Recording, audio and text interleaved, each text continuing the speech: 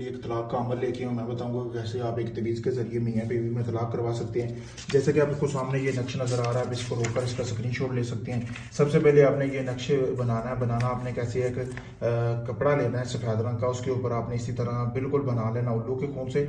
और फिर आपने जिन दो लोगों में तलाक करवानी है उनकी तस्वीर की जरूरत होगी, जैसा कि आपको सामने नज़र आ रही है। छोटी तस्वीरें ले लेनी है, पासपोर्ट साइज़, ठीक है। इस तरह आपने तस्वीरें लेने के बाद नीचे यहाँ पे आपने औरत की तस्वीर लगानी है, यहाँ पे आपने मर्द की तस्वीर लगानी है।